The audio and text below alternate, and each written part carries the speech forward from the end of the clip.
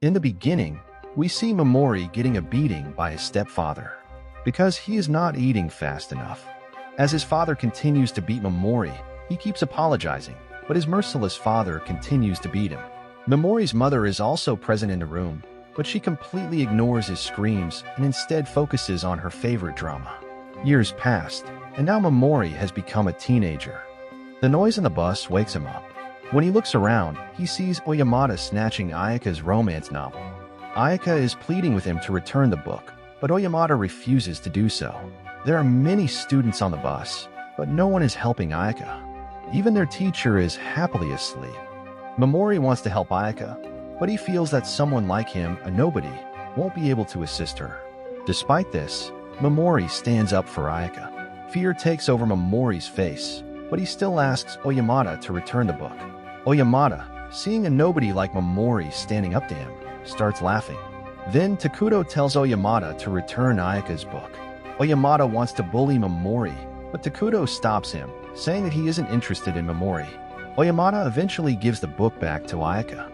Momori found it strange to stand up for someone. He thought it was because of the dream he had earlier. Suddenly, a bright light flashes, and everyone on the bus is transported to an unknown place. There, they are welcomed by a goddess named Vicious. Vicious tells them that whenever the threat of the evil Great Demon Empire rises in this world, she summons heroes from another world. Once again, the threat of the Great Demon Empire is increasing in their world, which is why she has summoned them. Vicious pleads with them to help her. Takuto asks what will happen if they refuse to help. Vicious replies that until they obtain the Demon King's essence, they cannot return to their world. There are only two ways to obtain it, either by obtaining the Demon King's heart or by collecting the essence from the crystal embedded in his necklace. Oyamata doesn't believe Vicious's words. He thinks she's playing some kind of joke on them. To prove herself, Vicious orders her soldiers to bring a three-eyed monster. The soldiers bring a human before the monster, and then release the creature onto the person. Afterward, Vicious uses her magic to burn the monster to ashes. Seeing all this, everyone is terrified, and they realize that they have indeed been transported to another world. Ayaka then asks how they can help without any powers. Vicious explains that they have all already received powers. She then asks them to touch a crystal ball to reveal their abilities. The students each touch the crystal one by one, which reveals their powers. When Takuto touches the ball, a golden light shines, and the crystal ball shatters. Takuto asks Vicious what this means. Vicious explains that he is an S-rank hero. Next, Oyamata tries, and the crystal glows red. Oyamata asks Vicious what this means. Vicious tells him that he is an A-rank hero. Ayaka also turns out to be an S-rank hero. But when Momori tries, the crystal emits a faint purple light, the weakest of all. Momori tries to find out his rank from Vicious, but she ignores him. Momori becomes disheartened, feeling like a background character even in this new world. Finally, when the class's punching bag, Yasu, touches the ball, it emits a dark light. Vicious explains that this light was last seen in a dark hero, who was considered the most powerful of all. Afterward, Vicious instructs everyone to check their status. Momori discovers that he is an E-rank hero with very low status points. However, he possesses a unique skill called Inflict Status Ailments, which allows him to use paralysis, sleep, and poison. Vicious then asks Momori to stand in a magical circle. She explains that in the past, low-rank heroes slowed down the more powerful ones. Therefore, it was decided that low-rank heroes would be eliminated. Although killing them in front of everyone wouldn't look good, they will instead be sent to the ruins using the teleportation circle. If he manages to survive and escape the ruins, he will be granted the right to live freely in this world. Momori asks if the ruins are dangerous. Vicious responds that she is sending him to the ruins of disposal, a place where she has sent dangerous criminals and many heroes. Momori tries to convince Vicious to change her mind by telling her about his status ailment skill. But Vicious dismisses his skill as trash tier, saying that status ailments are completely useless in this world and aren't even effective against low-rank monsters. Momori tells Vicious that she is very cruel. Just then, Takuto interrupts him, saying that his words are boring the girls. Then, Yasu approaches Momori. Momori thinks that Yasu is coming to help him, just as he used to help Yasu. Momori calls out Yasu's name, which irritates Yasu. Yasu tells Momori to respect him because he is now an A-rank hero. Without helping Momori, Yasu walks away. Vicious then tosses a leather bag towards Momori, saying that every hero receives a unique item, and this bag is his unique item. When magic is cast on it, the bag will begin to glow. Vicious activates the transportation circle, but Aika pleads with Vicious to spare Momori. Vicious responds by punching Aika hard, causing her to lose consciousness. Momori becomes very angry at Vicious and tries to attack her with Paralyze, but it has no effect on her. Vicious explains that she always has a Dispel Bubble protective barrier activated around her, which protects her from status ailment spells. All of Momori's classmates start laughing at his situation. No one tries to help him.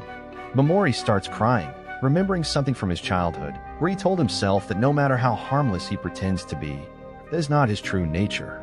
Momori urges himself to show everyone his real self. He reveals his true nature to them and threatens that if he comes back alive, he won't spare any of them. Momori is then teleported and sent to a dark ruin. He uses magic to make his bag glow, and then looks around. Suddenly, he slips, causing him to narrowly avoid an attack from a monster. Momori begins to run away from the monster, but the hostility of the creature frightens him so much that his entire body starts trembling. Momori begins to cry in fear, experiencing a level of terror he had never felt before in his life. Suddenly, he trips over a stone and falls. The monster reaches him, and Momori feels a sense of frustration because he has no weapons and his skills seem completely useless. However, Momori doesn't give up. He uses Paralyze, and the monster freezes in place. Momori can't believe that his skill worked on a Minotaur. He thinks he just got lucky. Momori runs away from the Minotaur. Then, he encounters a bird monster. The hostility of the bird monster is so overwhelming that tears start streaming down Momori's face. Momori uses Paralyze on the bird as well. When the bird also freezes, Momori starts to think that this can't just be luck. He begins to realize that his abnormal skills might be unique and powerful in this world. Momori checks his status and sees that he has only 1 MP left and a few status correction values remaining. He realizes that if he doesn't have enough mana to use his skills, he won't survive. He decides to use his poison skill and is surprised when it works. However, its activation time is long, so he waits. Just then, the Paralyze effect wears off and the Minotaur returns. With his MP completely drained, he hopes that someone will come to save him. But then he remembers that he is just a background character, sent here to die by the goddess and his classmates. Momori becomes convinced that no one will come to help him. So he decides to use his natural MP, which is separate from his stat adjustments. He tries to use Paralyze on the Minotaur again, but it fails because he can't use the same skill repeatedly on the same target. He then uses Sleep to put the Minotaur to sleep and follows up by using Poison on it, which proves that he can stack his skills. After that, a whole flock of monster birds appears. Momori paralyzes them one by one, but his MP is running dangerously low. Then, a group of Minotaurs shows up. Momori uses his last bit of mana to replenish his MP, and then starts paralyzing all the Minotaurs. However, he becomes mentally exhausted, and the Minotaurs get very close to him. Suddenly, Momori's level increases, and his MP is restored. Momori then paralyzes all the Minotaurs. Afterward, Momori notices the dead bird monsters and realizes that their deaths gave him experience, which caused his level to increase. A smile spreads across Momori's face as he understands that he can continue fighting. He repeatedly uses the Paralyze skill, causing its level to increase as well. He realizes that now he can use the Paralyze skill on multiple targets simultaneously. However, when he tries to target distant monsters, no target mark appears, so he understands that the range of his Inflict status ailment skill is limited. Momori realizes that all these monsters are like experience points for him. He poisons all the monsters and then checks his status. His level and all his other stats have significantly increased. As the monsters continue to die, his level continues to rise. Momori then goes to a place filled with human skeletons, where he takes the items he needs. He starts searching for food, but finds nothing to eat. So he returns to the dead monsters to eat them. Momori notices that the effect of the poison on the monsters has worn off. Unable to cut the monster's flesh, he decides to take out their eyes. However, the taste is so acidic that he ends up vomiting. Weakened, he collapses to the ground. His gaze falls on his bag, and he picks it up to check it. He notices that the purple part of the bag has grown larger. The bag feels heavy, and when he looks inside, he finds food and drink. Momori doesn't understand how these items appeared in the bag, but he eats them to satisfy his hunger. In this way, many days pass for Momori. He poisons hordes of monsters with his skill, and as they start to die, his level keeps increasing. Momori feels like this is a massacre and thinks that killing monsters in this way has completely stripped him of his humanity. He remembers the days when his stepfather used to beat him, while his mother just watched. Then one day, his uncle and aunt took him in and gave him the love of a family, making him feel that he had regained some humanity. But now, as he kills these monsters, he doesn't feel any remorse at all. Momori continues his journey. One day, he finds a door with a gem embedded beside it. Momori channels his magic into it, causing the door to open. Inside, he finds two skeletons, and he thinks they must have died of starvation. He checks their belongings and finds blue gems, which he keeps, hoping they might be useful in the outside world. Momori then opens the other rooms. In one room, he finds a skeleton with a wound on its chest. He reads the letter lying next to it and learns that the skeleton belonged to England, the hero of darkness. Vicious had forcibly sent him there because she no longer needed him. Momori begins to think that Vicious is even more evil than the Great Demon Empire. He realizes that he's not much different from Vicious because his goal isn't to save the world, but to take revenge on her. The letter mentions a book called The Forbidden Arts Complete Works, which England had taken with him to keep it safe from others. The book contains recipes for magical weapons and potions. He also finds a scroll of forbidden magic, but he can't read it. Momori thinks that a powerful magician must have carefully preserved this scroll, so it must contain a powerful spell. If he can decipher it, it might help him fight against the goddess. Then, he notices bloodstains on the pages of the book. He opens the page and finds a warning about the Soul Eater, which had killed everyone. Momori folds his hands in respect in front of the corpses, and then moves forward.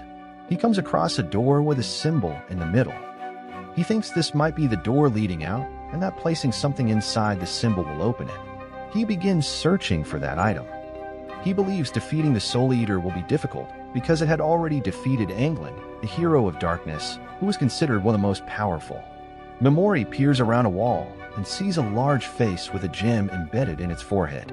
He realizes that this must be the Soul Eater, and the gem is likely the key to opening the door. He checks his status, recalling that he had killed all the monsters he encountered and leveled up as much as possible. But as soon as he tries to attack, the Soul Eater counterattacks. The attack wounds him, and he realizes that even the thought of attacking triggers the Soul Eater's beam. He has no chance to strike, but without that gem, he can't escape. He's at a loss for what to do because activating his Inflict status ailment skill requires him to call out its name. Moreover, the Soul Eater is at the far edge of his range, so he'll have to shout the name loudly. At that moment, the Soul Eater breaks through the wall and begins advancing toward Momori. Momori hides behind the wall, waiting for it. He notices that the Soul Eater is aware of his presence, but is not attacking. Suddenly, the Soul Eater starts vomiting, producing creatures that resemble humans. These creatures slowly start moving towards Momori. Momori thinks that these creatures are recreations of the humans who were sent here earlier. The Soul Eater is deliberately showing him the faces of these dead people to see how he will react. By doing this, the Soul Eater amuses itself, laughing at his distress. Momori paralyzes the creatures to stop them, but hesitates to use his poison skill on them. He believes that even though these creatures are half dead, they were once human. He says that he is not like the Soul Eater, who uses human souls as toys for its amusement. The Soul Eater smiles at his helplessness and sends more creatures. Momori does not attack the creatures. Instead, he pleads with them to stop. The creatures surround him, and Momori begs them to stay away, crying in distress. He realizes that the Soul Eater is greatly enjoying his suffering, deriving extreme pleasure from it. Suddenly, Momori raises his hand towards the Soul Eater and paralyzes it. The Soul Eater becomes completely paralyzed, unable to believe what has happened. Momori says that the Soul Eater was so engrossed in enjoying the entertainment that it let its guard down. It didn't even notice that Momori's hand never went down. Instead, he was waiting for the right moment to attack. The Soul Eater loses control and collapses to the ground. The paralysis skill levels up to 3. Momori reveals that he has pretended to be harmless and kind for years, to the point where he even deceived himself. He had forgotten what his true personality was like. He then poisons the Soul Eater, saying that he was in his weakest state, which is why everyone considered him weak and why he was able to survive. Even though the Soul Eater is paralyzed, it tries to move, prompting Momori to warn that the more it moves, the more damage it will take. The poison skill then levels up to 3 as well. Slowly, the poison starts taking effect on the Soul Eater, and as it is destroyed, all the trapped souls are released. The souls thank Momori, and the Dark Hero urges him to teach the goddess a lesson. After that, all the souls depart. Momori vows to teach the goddess a lesson as he takes out the gemstone. He then inserts the gemstone into the door, which opens, allowing Momori to leave. Then we see a dense forest, where the other classmates are actively hunting monsters. Takuto launches an attack on one of the monsters, and the monster is completely destroyed by the impact. This marks a significant milestone for Takuto, as his level has now increased to 18. Meanwhile, Yasu displays his mastery over his dark powers, conjures black flames, and sets a monster ablaze. The monster is quickly engulfed in the fire, eventually burning to death. In the midst of this, a girl named Kabato is seen hesitating to kill the monsters. Noticing her hesitation, her classmate Isekai approaches her. Isekai explains to Kabato that soon, their class will be divided into multiple groups. She warns that a D-class hero like Kabato will not be welcomed into any of the good groups unless she proves herself. Isekai encourages Kabato to join her group, assuring her that this is the best chance for her to survive and succeed. Isekai calls over her friends, who have already captured a monster. Isekai informs everyone that Kabato has not yet completed the goddess's test, which requires them to kill a monster. She suggests that they help Kabato accomplish this task. Isekai then turns to Kabato and firmly instructs her to kill the monster, reminding Kabato that if she fails to do so, she will meet the same fate as Momori, who was disposed of for being weak. Kabato, feeling the weight of the situation, picks up a sword. After a moment of hesitation, she gathers her courage and slays the monster with a sword. Isekai praises her and officially includes her in her group. However, the gravity of what she has just done hits Kabato hard. She sits down on the ground and begins to cry. Her mind drifts back to a memory of Momori, recalling the time when Momori had selflessly helped an injured cat lying in the middle of the road. This memory brings a fresh wave of sorrow. Elsewhere, Ayaka regains consciousness after several days, still feeling intense pain in her stomach from Vicious' attack. Then she meets with Vicious. The atmosphere between them is tense as Vicious begins by apologizing for what happened to Momori. She explains that it was due to the strict ritual policies of the Kingdom of Alien, which show no mercy even to those who falter only slightly. Vicious then informs Ayaka that the ritual is still ongoing. While Ayaka was unconscious, Vicious had sent the remaining classmates into the forest to participate in a test. This test was designed to evaluate whether they could kill the monsters that lurk there. Vicious reveals that many of them failed to complete the task, rendering them disqualified. She adds that those who failed the test will be disposed of. Ayaka feels a surge of anger and disapproval. She strongly disagrees with Vicious' methods, finding them cruel and inhumane. Despite Ayaka's objections, Vicious remains unmoved, acknowledging Ayaka's dissent but firmly stating that she has no intention of changing her decision. Then Ayaka offers a proposal. She vows to take on the responsibilities of all those who failed the test, pleading with Vicious to cancel their disposal in return. Vicious listens to Ayaka's proposal and finds it intriguing. She agrees to the terms and asks Ayaka to shake hands as a gesture of reconciliation. When Ayaka reluctantly extends her hand, Vicious grips it firmly and tells her that she has high expectations from her. As Ayaka steps outside, she notices that her hands have gone numb and icy from the encounter. The scene then shifts to the forest, where a girl is desperately running away from someone. Her breath is heavy, her lungs burning from the exertion, but she doesn't dare stop. As she runs, she unintentionally leaves behind traces of her path, broken branches that her pursuers can use to track her down. Among those chasing her, one wants to kill her, another wants to capture her for his own amusement, and the third desires to make her suffer. Their motives are twisted, and they relentlessly follow the trail she leaves behind. Next, we see Momori, who has managed to make it out of the ruins. He checks his status and notices several new abilities. He discovers that he can now cancel paralysis and poison effects. Additionally, he has gained the ability to render poison non-lethal and remove paralysis from any part of the body. Momori then starts searching for something that could serve as a tank for him, something strong and durable to protect him. he notices a group of slimes. These larger slimes are bullying a smaller slime, ganging up on it. Momori stands nearby, observing the situation without intervening. Suddenly, the small slime bravely begins to fight back against its aggressors. Momori is impressed by the little slime's courage and decides to use this opportunity to test his new skills. He starts by using paralysis and poison on the slimes. Then, he modifies the poison to make it non-lethal and cancels the paralysis. However, Momori intentionally leaves the small slime paralyzed. He sits down next to it, praising its bravery for standing up to the larger slimes.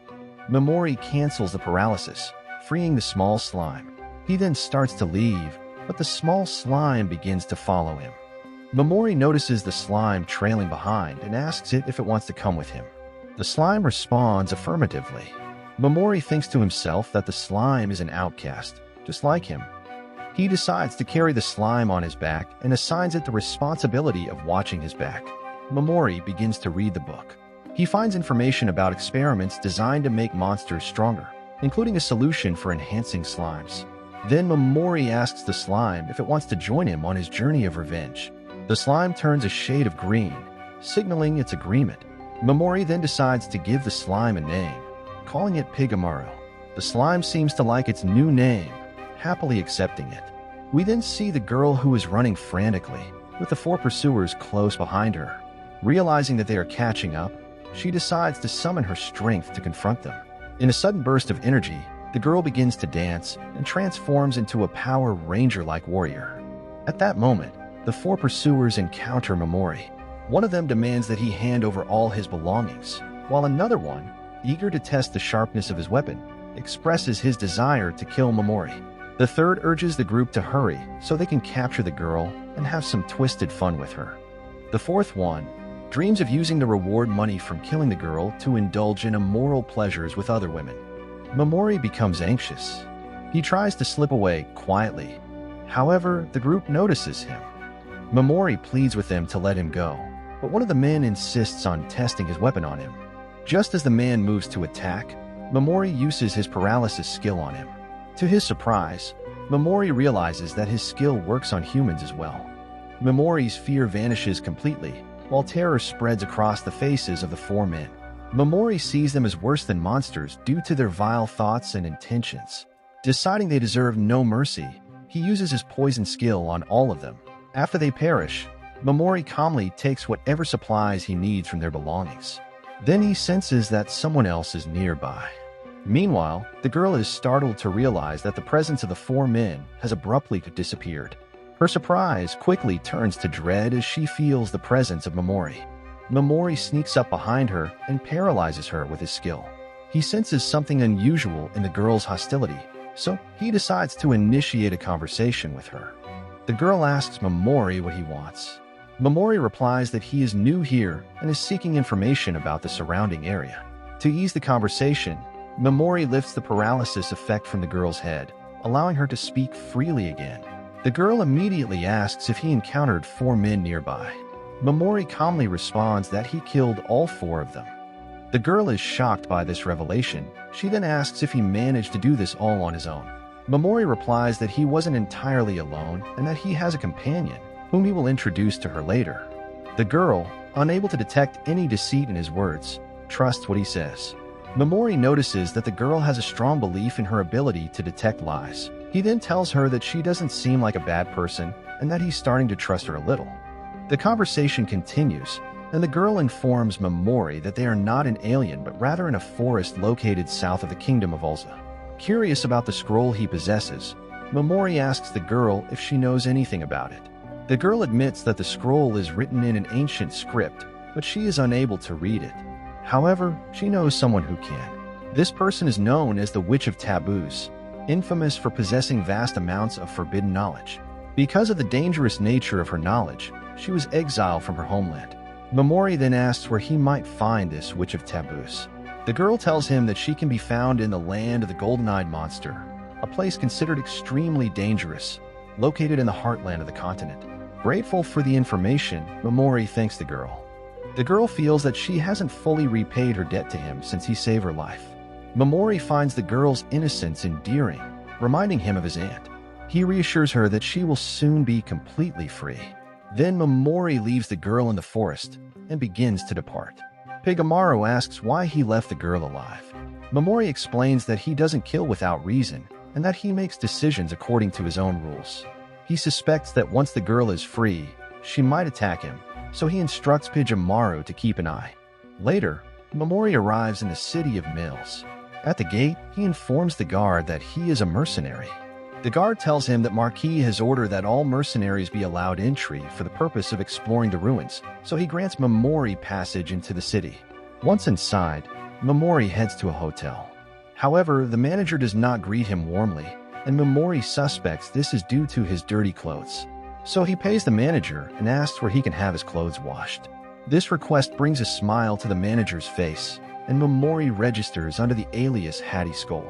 Later that night, Momori decides to explore the city. He notices that the shops resemble those in a typical Western fantasy town, leading him to speculate that magic items might be sold here. As he continues to explore, he spots the Adventurers Guild. Afterward, he heads to a tavern to have a meal. While eating, Momori listens in on the conversations around him. The patrons are discussing the most powerful warriors and armies on the continent. One person talks about the Brilliant Brigade, which has remained undefeated under the leadership of the beautiful Emperor Fakendatsin. Another mentions the Order of the White Wolves from the Kingdom of Magnar in the north. A third speaks of the Order of the Purge from the Yamato Duchy in the west. Someone then adds that their own kingdom of Ulza boasts the Order of Monster Slayers.